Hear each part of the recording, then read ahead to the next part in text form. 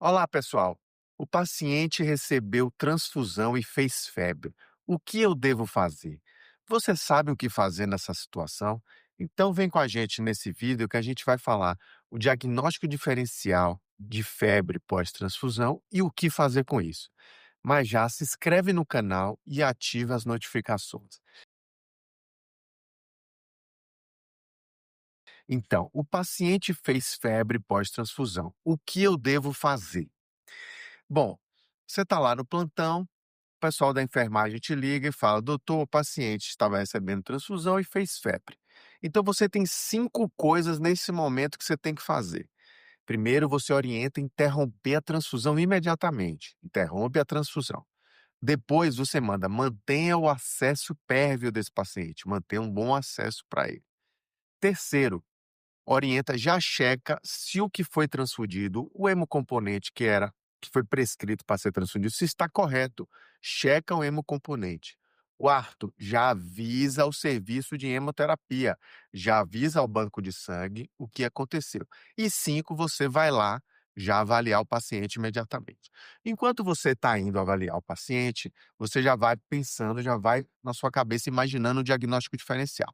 Então, na febre pós-transfusão, você tem 4 principais diagnósticos diferencial: a reação febril não hemolítica, a reação hemolítica, sepse e trale. Então você já vai pensando nisso.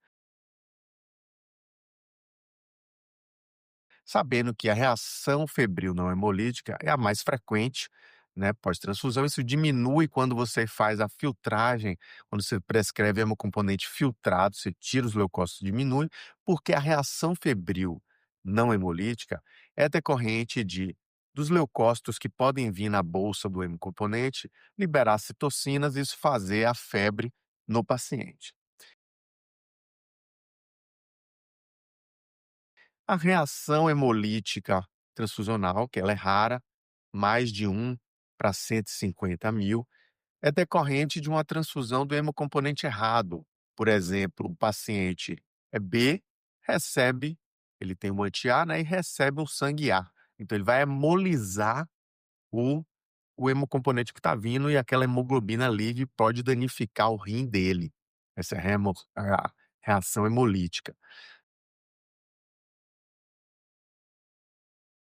Trale não tem a ver com volume transfundido, tem a ver com que os leucócitos do paciente vão ser ativados por anticorpos que podem ter no hemocomponente. Do doador, anticorpos anti-HLA que podem ativar leucócitos neutrófilos do paciente, isso fazer uma liberação de citocinas, fazer uma reação inflamatória, principalmente na vasculatura pulmonar. E por último, sepse. Mais raro também pode ocorrer alguma contaminação do hemocomponente e fazer uma sepse pós-transfusional. Então, no caminhar ali para avaliar o paciente, você já vai pensando que febre pós-transfusão pode ser uma dessas 4 reações. Quando você chega à beira-leito, você chegou à beira-leito, o que que você tem que fazer?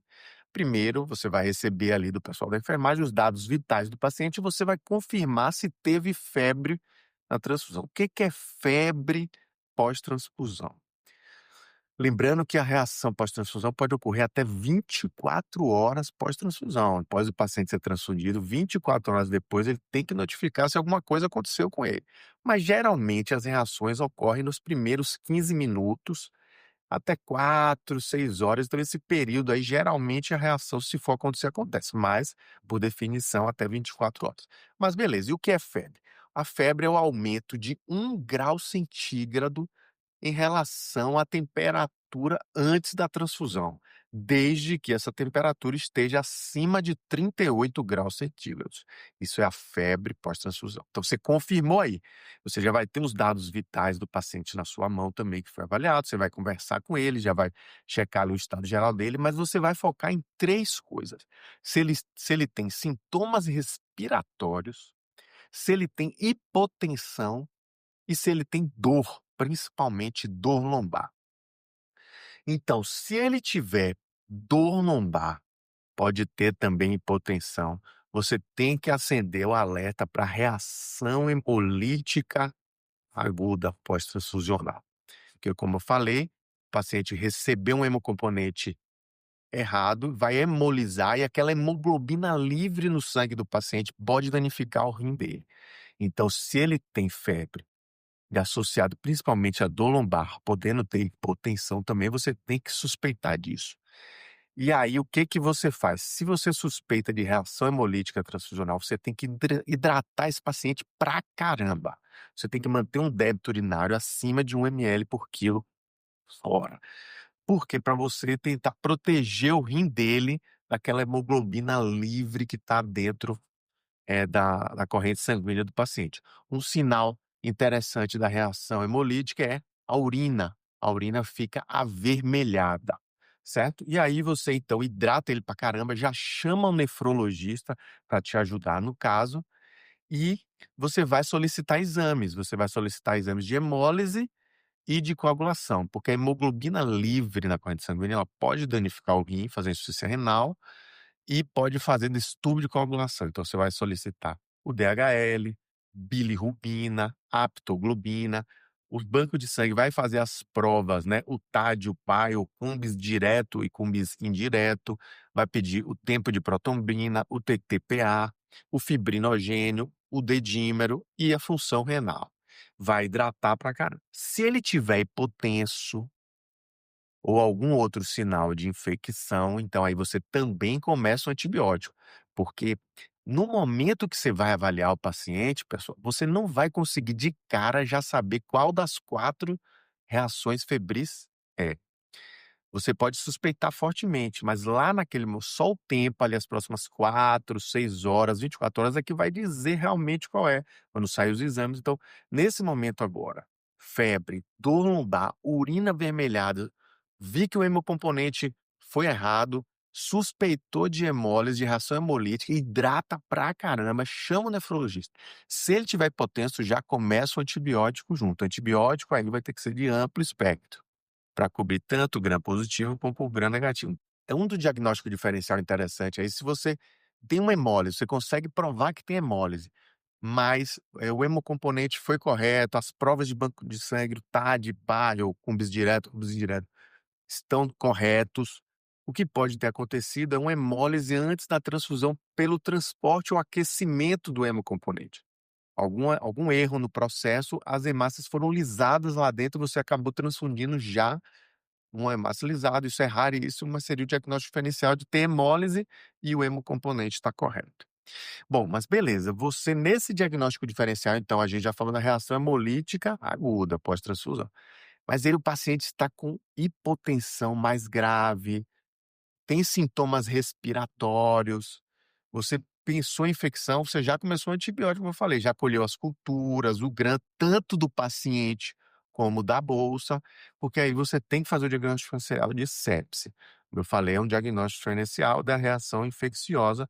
Então, se tem hipotensão ali mais severa, é a grande dica, você já inicia antibiótico. Bom, se o paciente tem sintomas respiratórios, naqueles sintomas que eu falei para vocês prestarem atenção, teve a febre, você vai prestar atenção em hipotensão, sintomas respiratórios e dor.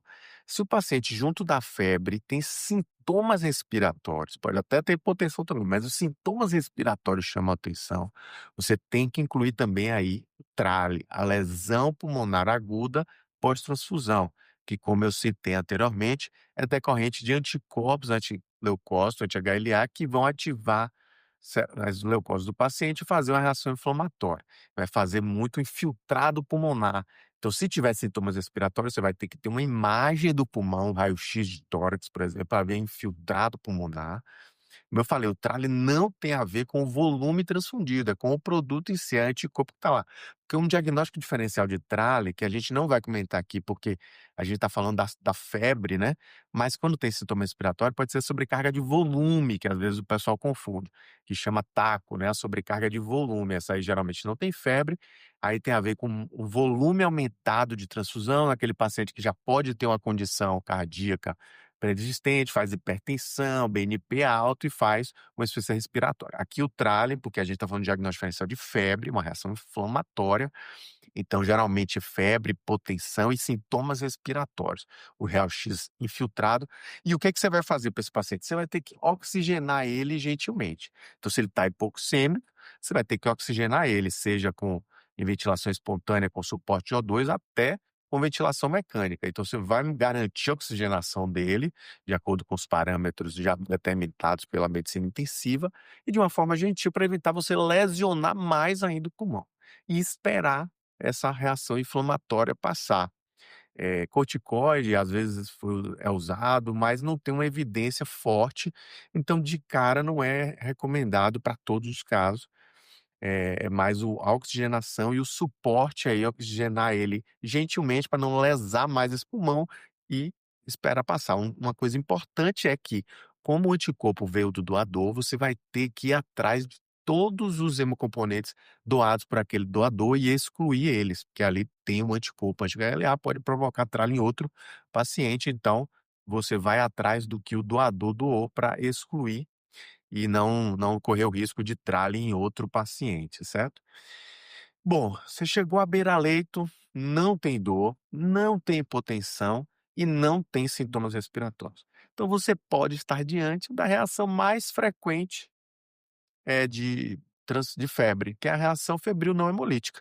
Só que, como eu falei, só o tempo vai ter certeza se foi isso, mas naquele momento não tem dor, não tem hipotensão, não tem sintomas respiratórios, pode ser uma reação febril não hemolítica. Você vai fazer o analgésico comum, de pirona ou paracetamol, e observar ele, vai colher os exames, né, de hemólise, de infecção, vai mandar a bolsa para o banco de sangue, vai fazer tudo, né. Se ele não tem hipotensão, você não vai iniciar antibiótico, você não vai precisar de O2, você vai observar, mas vai aqueles exames complementares você vai fazer, vai parar a transfusão, devolver para o banco de sangue, aquilo tudo segue.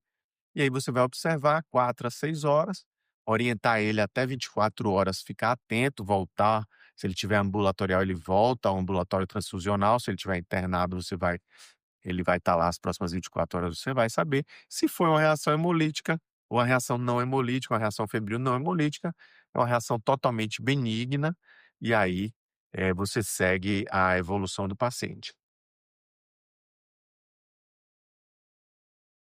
Bom, então, resumindo, para resumir o raciocínio e a gente não se perder.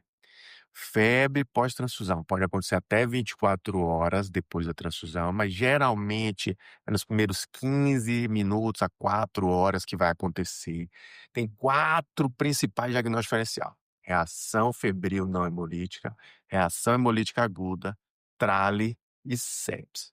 Você vai interromper a transfusão imediatamente, devolver o hemocomponente para o banco de sangue, informar ele, vai colher os exames de hemólise, função renal, cultura e coagulação do paciente. Se ele tiver hipotenso, vai iniciar antibiótico. Se ele tiver hipoxêmico, vai oxigenar ele e vai observar ele aí nas próximas 24 horas. Então, gostou do conteúdo? Ajudou você a ficar mais seguro frente ao paciente com febre pós-transfusão? Então, dá o seu like aí, compartilha com os amigos e até uma próxima.